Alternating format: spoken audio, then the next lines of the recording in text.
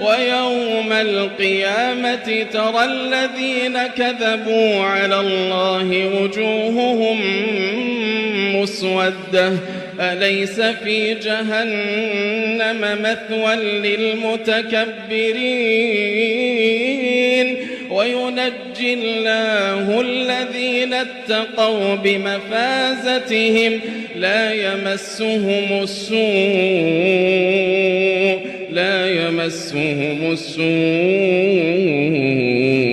ولا هم يحزنون الله خالق كل شيء وهو على كل شيء